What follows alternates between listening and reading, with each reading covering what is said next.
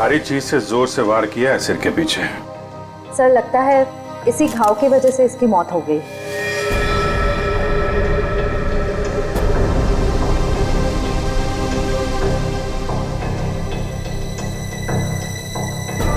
अभिजीत, ये देखो, इस पत्थर पे खून लगा है। लगता है इसी पत्थर से इसके सर पे वार किया गया। बाकी तो खून की फोरेंसिक जांच के बाद ही पता चलेगा। वो भी खूनी है, बड़ा बेरहम है। दुल्हन का खून कर दिया, वो भी शादी के कुछ घंटों पहले। क्या होता जा रहा है समाज को। वाकई मुझे तो लगता है कि शिवानी ने मरने से पहले अपने खूनी का चेहरा देखा भी नहीं होगा। अचानक आ गया, पीछे से हमला किया, पत्थर से सर पे वार किया।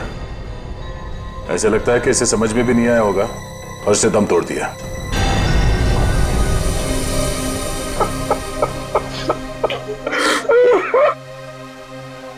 कोई घर वाला ही होगा, बाहर वाला होता तो नजर आ जाता। आप लोगों में कौन है जिसने शिवानी को आखिरी बार देखा था? सर, हम दोनों ही सुबह से उसके साथ में थे। वो एक कमरे में तैयार हो रही थी, उसे घुटन महसूस हो रही थी, तो उसने हमसे कहा कि वो बाहर खुली हवा में जाके आती है। पर वो गई और आई ही नहीं वापस।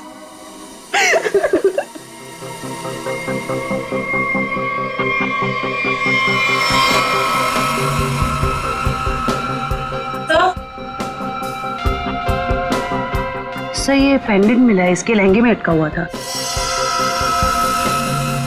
शिवानी के बाकी गहनों से तो एकदम अलग है ये अल्फाबेट लिखा हुआ है इसमें।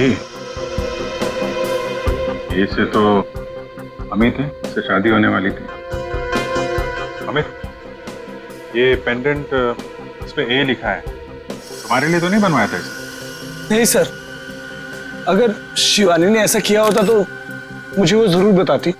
अच्छा, आप सब लोग जरा ध्यान से देखिए। ये पेंडेंट, कोई बता सकता है ये पेंडेंट किसका है? नहीं सर, पहले इसे कभी नहीं देखा।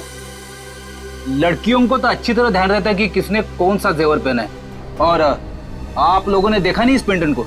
नहीं सर, नहीं देखा। देखिए, घबराने की कोई बात नहीं है। अगर कोई कुछ जानता है तो साफ साफ बताइए। ये मत सोचिएगा कि सीआईडी की मदद करने से आप लोग फंसेंगे। पता नहीं इन लोगों ने देखा है कि नहीं, लगता तो ये खूनी का ही है। अच्छा, जब ये सब हुआ उसके बाद किसी को बाहर जाते हुए देखा आपने? नहीं सर, कोई नहीं गया जहाँ। लेकिन कोई पहले आकर चला गया हो तो वो तो पता नहीं हमें। वो हम लोग पता कर लेंगे। उन्होंने अपनी मौजूदगी का कोई ना कोई सुराग तो जरूर छोड़ा होगा, और उस तक पहुंचने की पहली कड़ी है ये पेंडेंट।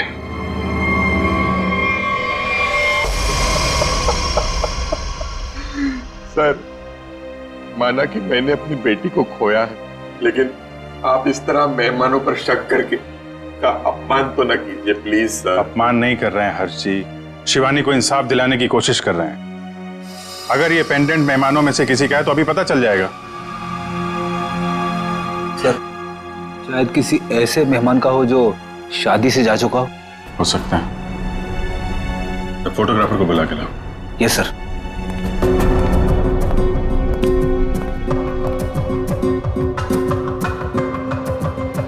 आइए सर, ये जतिन है, शादी के फोटोग्राफर। जतिन, मुझे शादी की सारी फोटोग्राफ देखनी, एक एक फोटोग्राफ। मगर वो तो 500 से भी ज्यादा है सर। 500 हो या 5000, सब देखनी है। दिखाओ। Okay sir.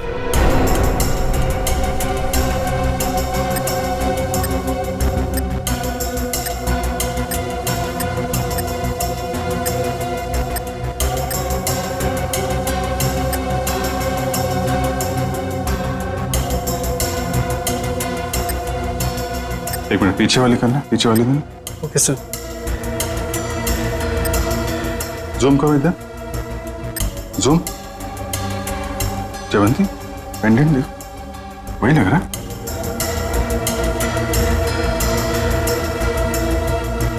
हाँ सर, ये तो वही पेंडेंट है। अच्छा, तो ये है वो लड़की। एक्सक्यूज मी, आप लोग पहचानते हैं इस लड़की?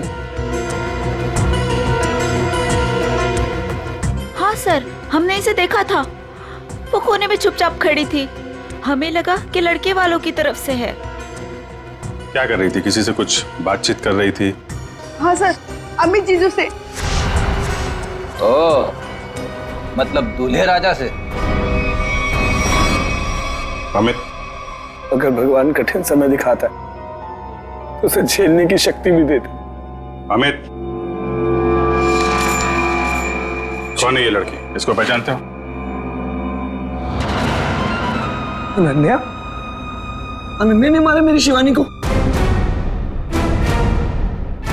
कौन है ये? सर ये मेरी गर्लफ्रेंड थी, लेकिन 3 महीने पहले हमारा रिश्ता टूट गया था। ओह, शादी पे आपने बुलाया था इसे? नहीं सर, मैंने तो बताया भी नहीं था कि मैं शादी कर रहा हूँ। तो नहीं, अचानक शादी में कैसे आ गई और मुझे धमकी देने लगी। चुप खेल नहीं हो रहा है यहाँ। अरे भाई, तो मैं कह रही हूँ ये मेरी और तुम्हारी जिंदगी का सवाल है। बस तुम्हें ये शादी बहुत भारी पड़ेगी। एक बार और सोच लो अमित, बहुत बुरा अंजाम होगा इसका। इतनी बड़ी धमकी दी अनन्या ने, और ऊपर से उसका पेंडेंट भी शिवानी के कपड़ों में मिला है। सर, इस सब से तो ऐसा ही लग रहा है कि अनन्या ने गुस्से में आकर शिवानी को मार डाला। लग तो यही रहा। आप जरा अनन्या का फोन नंबर और एड्रेस दीजिए। सर, नंबर तो है मेरे पास, लेकिन अनन्या घर बदलने वाली थी और उस घर का एड्रेस नहीं है मेरे पास। कोई बात नहीं, फोन नंबर दीजिए।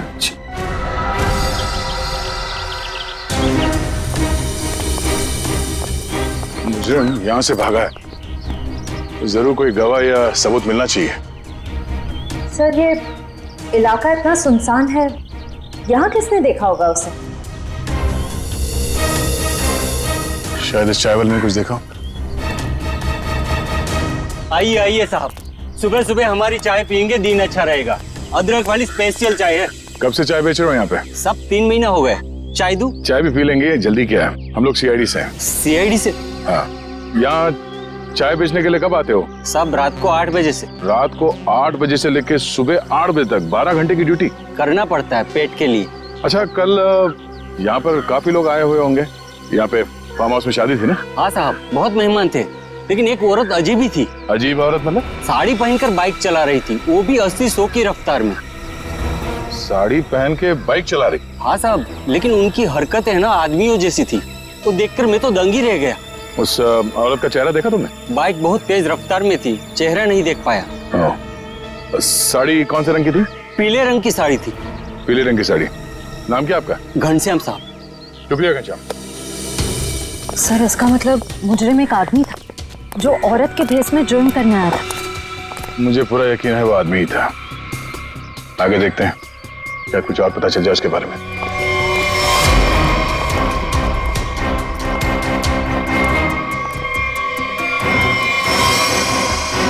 सर,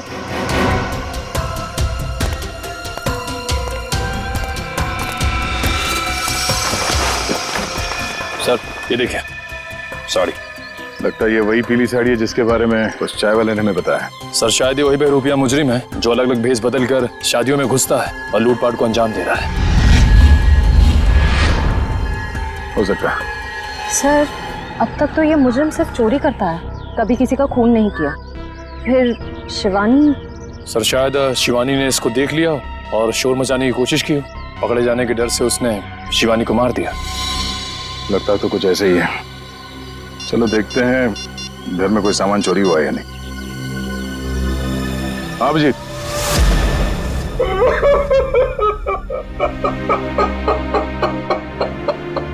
मेरी बेटी। अर्जी, हम आपका दुख समझते हैं, जानते ये समय आपके लिए बहुत मुश्किल है, लेकिन हमें शक है कि यहाँ पे चोरी हुई है। आप जरा चेक करके बता सकते हैं कि सारा सामान ठीक ठाक है या नहीं? ठीक है।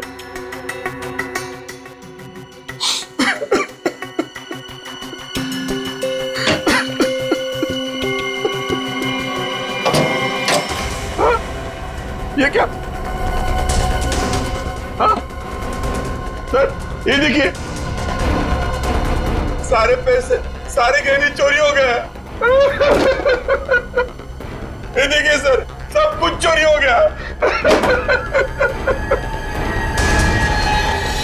सर, ये लॉक तोड़ा नहीं गया है, बल्कि बहुत ही सफाई से खोला गया है।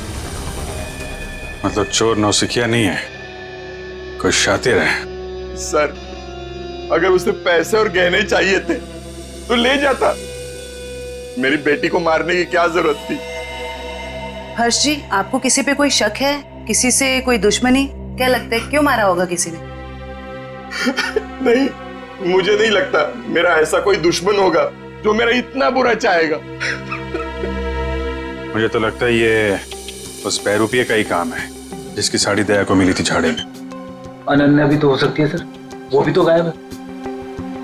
पता चल जाएगा फ्रेडी, अनन्या का काम है या उस बहरूपिये का, या दोनों ने मिलके किया है।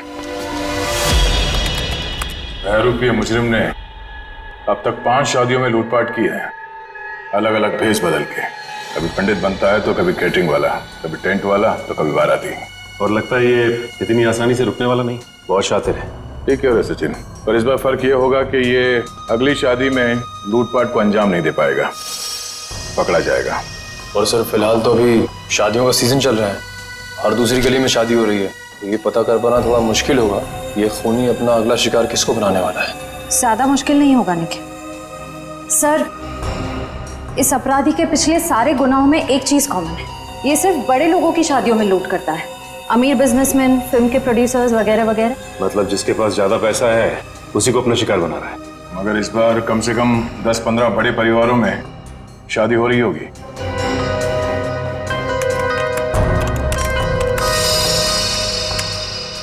इस सब में एक बात कॉमन है, उसने पहला जुर्म किया यहाँ सांगानेर के पास, दूसरा भिवंडी के पास, तीसरा शिकाराबाद में, चौथा जुबेर नगर में और 5वां ट्रांसपोर्ट नगर में।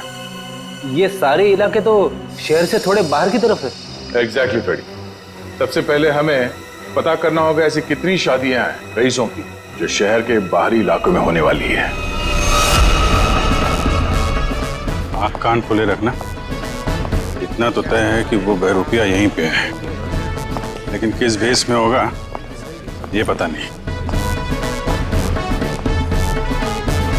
यहाँ से किसी को बाहर मत जाने देना। किसी को अगर जरूरी काम से बाहर जाना होगा तो? इन्वेस्टिगेशन से ज्यादा जरूरी क्या हो सकता है? बाथरूम। किसी को अगर बाथरूम जाना होगा तो? इसका इंतजाम होता है अंदर। जो शादी में आया कोई बाहर नहीं जाएगा, समझे? Yes sir.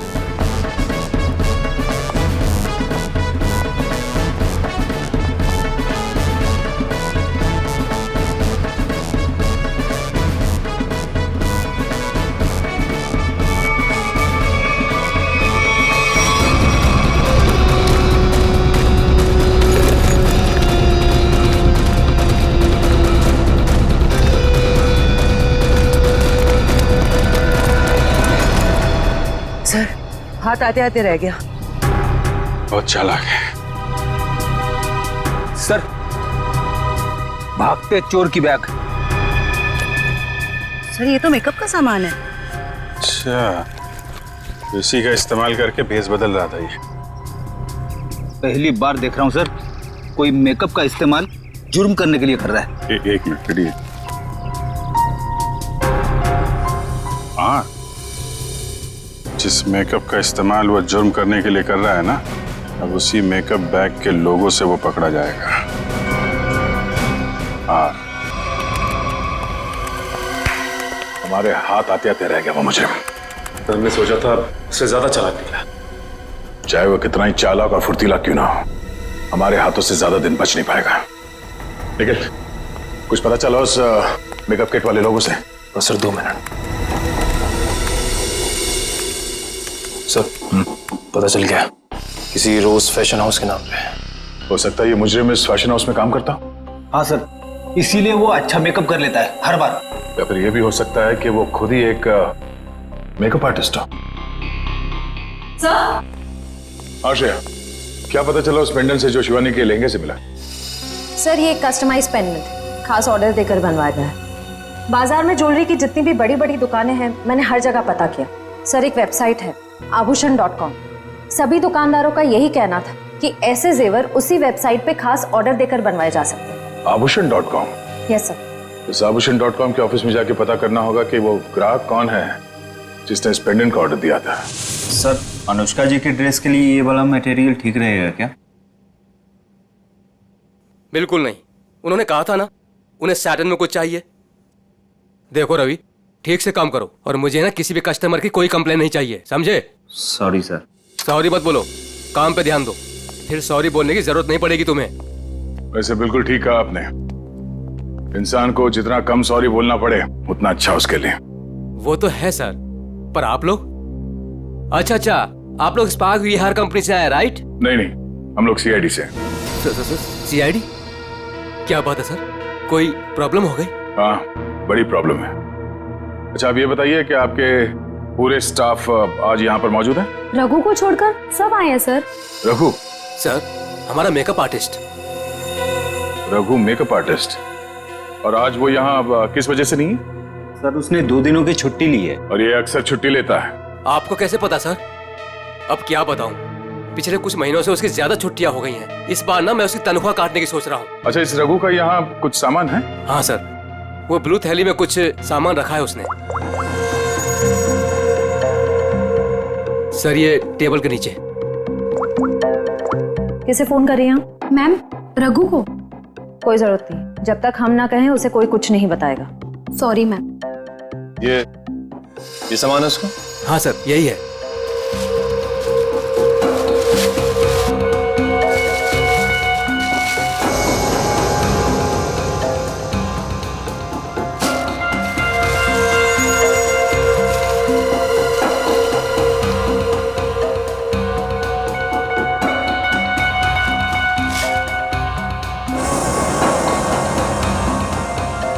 सर ये गमबूट्स, नीली टोपी, ये ग्लव्स, ऐसा हुलिया तो उसने कभी नहीं बनाया पहले। ये कैसा हुलिया हो सकता है सर?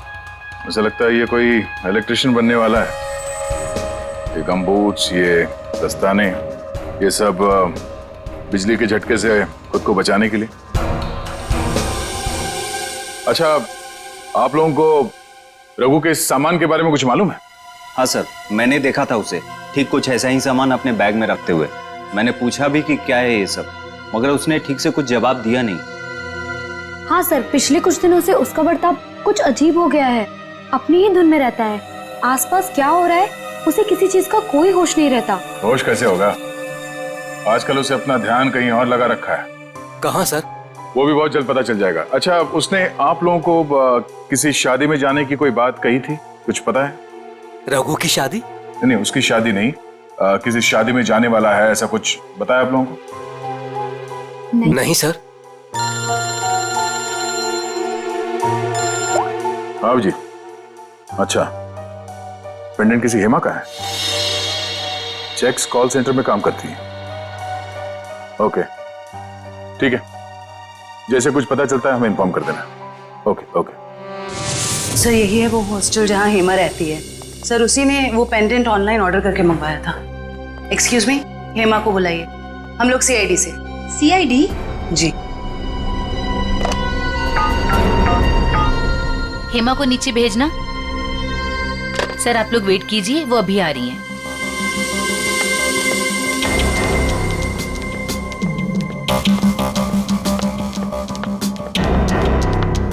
हेमा?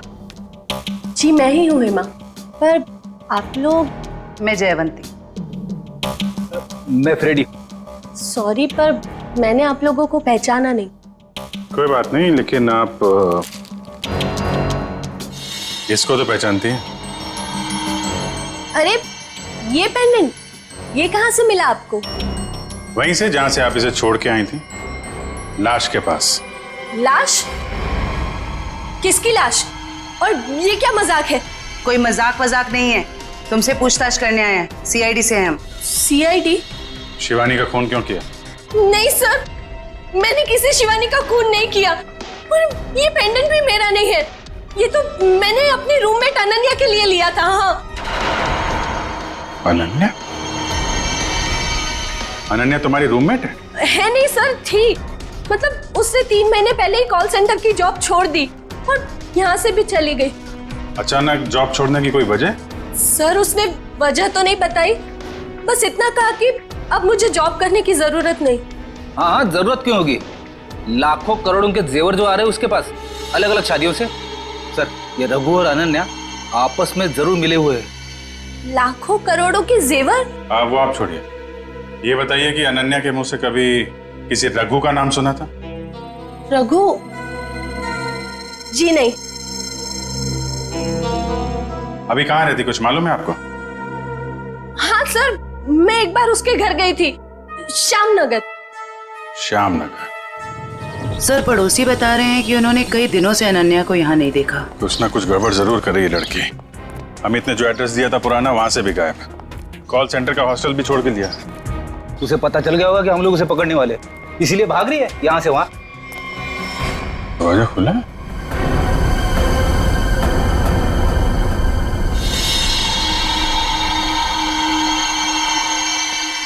पूरा सामान बिखरा पड़ा है।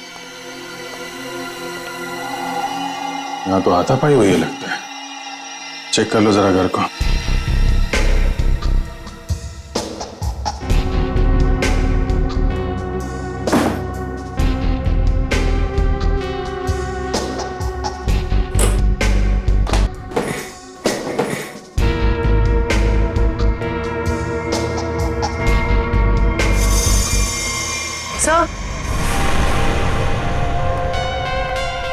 सर, ये पर्दे पे खून लगा हुआ है।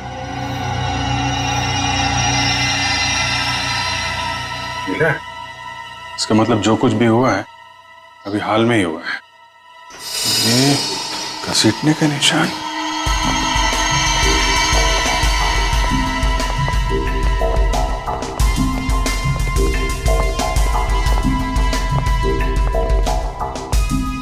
लगता है यहां से किसी को घसीट के ले जाया गया है। सर, कहीं अनन्या की लाश को क्या पता अनन्या है या कोई और है। लाश है कि भी नहीं, जिंदा आदमी को भी तो घसीट सकते हैं ना।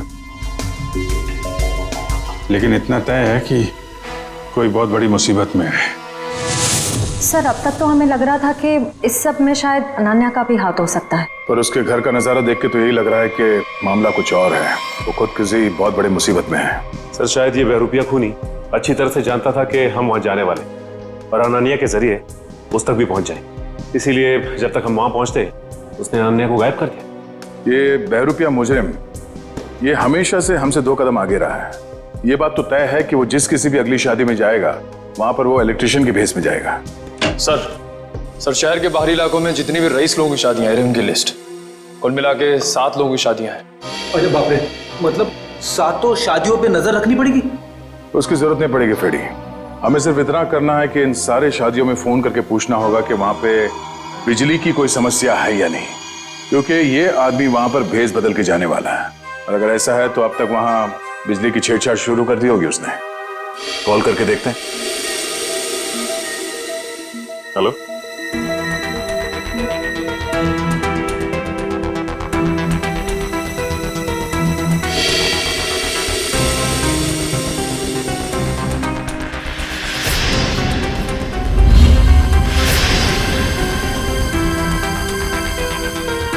क्या आपके यहाँ पे बिजली की दिक्कत हो रही है? हाँ, तो आपने किसी इलेक्ट्रिशियन को बुलाया अपने शादी में? बुलाया है? अच्छा, नहीं वो बात नहीं है। ऐसे प्रॉब्लम वाली कोई बात नहीं है। वो क्या, हम लोग इलेक्ट्रिसिटी डिपार्टमेंट से है ना, तो ये तो हमारी जिम्मेदारी है कि हम हर चीज का ख्याल रखें, ये देखें कि आपके यहाँ पे बिजली ठीक से आ रही है या नहीं। अब वैसे भी ये शादियों का सीजन है। जी हाँ, ओके, थैंक यू। शादी मुबारक हो। या मतलब पनवेल वाली शादी में जा रहा है इलेक्ट्रिशियन बन के? जा तो रहा है, वहां से वापस नहीं आएगा। इसके लिए जेल में मंडप सजाओ।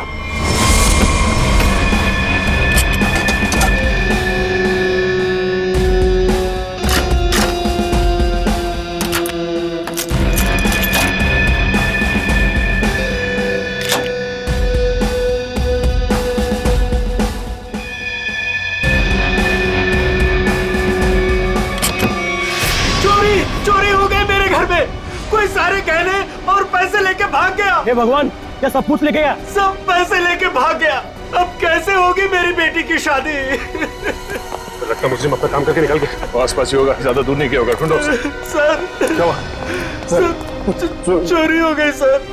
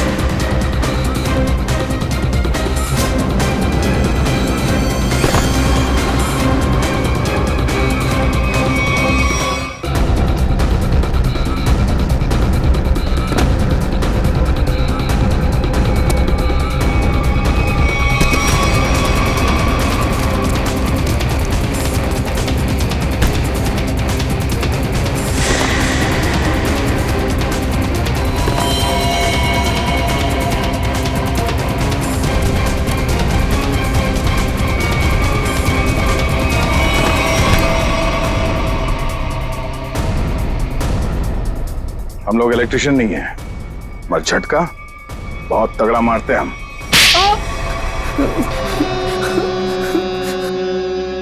हाँ साहब, मैं अपना जुर्म मानता हूँ। मैंने इन बड़ी बड़ी शादियों में चोरी की ताकि मैं कुछ पैसा जोड़कर अपने बच्चों का भविष्य सुरक्षित कर सकूं। बड़े नेक विचार है आपके। लोग अपने बच्चों की भविष्य को सुरक्षित करने के लिए नौकरियां करते हैं, दिन रात मेहनत करते हैं। तुमने चोरी की और बाकी तो सब बेवकूफ है ना। ऐसा नहीं है साहब कि मैंने मेहनत की रोटी कमाने की कोशिश नहीं की। मैंने बहुत कोशिश की साहब, पर मेरे पास वालों ने मेरी पीठ में छोरा घोंप दिया। क्या मतलब है तुम्हारा? काम मैं करता था, उसका श्रेय और इनाम कोई दूसरा लेके जाता था। मेरे नाम की बदौलत बहुत से लोगों ने पैसा और नाम कमाया और मैं गरीब का गरीब ही रह गया। इसलिए तुमने एक अच्छे मेकअप मैन होने का गलत फायदा उठाया। भेष बदल बदल कर जुर्म करने पहुंचे शादियों में। पहले चोरी की, अब खून किया। खून? आप क्या करें साहब? शिवानी को नहीं मारा तुमने? नहीं साहब, मैं बोला किसी को क्यों मारूंगा, मैं तो सिर्फ चोरियां करता था। बहुत हो गया तेरा नाटक। हर्ष जी की बेटी शिवानी का खून नहीं किया तूने? साहब, मैंने उसकी लाश तो पड़ी हुई देखी थी, पर मैं क्या करता साहब, तो अगर मैं शोर मचाता तो पकड़ा जाता, इसलिए भाग गया साहब। तुम्हें कैसे मालूम कि उसकी मौत हो चुकी थी? हो सकता है उसकी सांसें चल रही हो। तुम भी किसी मुजरिम से कम नहीं हो, समझे? और अब ऐसे चुप रहने से काम नहीं चलेगा। ठीक से याद करके बताओ, तुमने शिवानी की लाश के आसपास किसी को देखा? किसी को भागते हुए देखा वहां से? हाँ साहब, मैंने किसी को तो देखा था, बाइक पर भागते हुए। क्या शादी का कोई मेहमान था वो? नहीं, कोई बाहर से ही था शायद। साथ का चेहरा देखा तुमने? अंधेरा बहुत था, तो चेहरा नहीं देखा। बाइक का नंबर देख पाए? बाइक का नंबर नहीं देखा, पर नंबर प्लेट के पास कोई स्टिकर लगा था साहब। कैसा स्टिकर? एक स्टिकर था जिसपे आरपी लिखा था। हो सकता है बाइक के नंबर प्लेट पे खूनी के नाम का इनिशियल हो। नहीं निखिल, मुजरिम इतना बेवकूफ तो नहीं होगा कि अपने नाम के इनिशियल बाइक पे छोड़ के जाए। ये बात तो तय है कि इनिशियल ही है, पर ये किसी के नाम का इनिशियल है या कुछ और, ये पता करना पड़ेगा। अरे जल्दी जल्दी साफ सफाई करो, कस्टमर्स आने ही वाले होंगे। और हाँ, टेबल नंबर 17 पर उधारी की शराब मत देना, समझ गए तुम सब? जी सर। और अगर ज्यादा शराब मांगे तो बोल देना कि आज से उधारी बंद। ठीक है, आज से उधारी बंद। और शायद अब इस पब को भी बंद करने का वक्त आ गया है। सर मैं तो बस यूं कह रहा था सर। दरअसल हम लोग सीआईडी से। सीआईडी? हाँ सीआईडी। अपने पूरे स्टाफ को यहाँ पे बुलाइए, यहाँ पे लाइन में खड़ा कीजिए, हमें पूछताछ करनी है, जल्दी। जी जी सर। अब प्रेम, मदन, राजू, हरी, जल्दी आओ सब यहाँ पर। क्या हुआ सर? कल शाम हर्ष कुमार जी के बेटी की शादी में कौन गया था यहाँ से? क्या मतलब? कोई नहीं गया था? हाँ? सर जरूर कोई यहीं से गया था। हमने इस पब के सारे मोटरसाइकिल्स चेक किए, सब पे वही आरपी का स्टिकर लगा हुआ था, जैसे रघु ने हमें बताया था। हर्ष कुमार का फार्म हाउस, हमारे पब की बाइक, ये पूछताछ किस चीज की हो रही है? हर्ष जी की बेटी शिवानी की मर्डर की, किसी ने उसका खून कर दिया है। खून?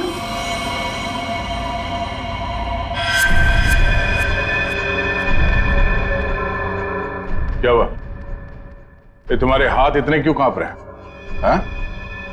कल शाम हर्ष जी के फार्म हाउस में तुम गए थे क्या? सर मैं क्यों जाऊंगा, मैं तो उन्हें जानता तक नहीं। तो एयर कंडीशन कमरे में तुम्हें इतना पसीना क्यों आ रहा है? पहुंचो, साफ कर लो। सर पहली बार खून के पूछताछ हुआ देखकर घबराहट तो होगी ना। ऐसी घबराहट तो उसी को होती है जिसने गलत काम किया हो। जरूर कोई ना कोई है यहाँ जिसके हाथ खून से रंगे हुए हैं। मैनेजर साहब, जरा अपना हाथ दिखाइए। सर मैंने कुछ नहीं किया सर, मैं तो कल रात 1:30 बजे तक यहीं पर था। हमने कब कहा खून होने का समय? हमने बताया नहीं? तो आपको कैसे पता चला कि खून 1:30 बजे से पहले हुआ? मैं तो बस बार बंद होने का टाइम बता रहा था। ओ,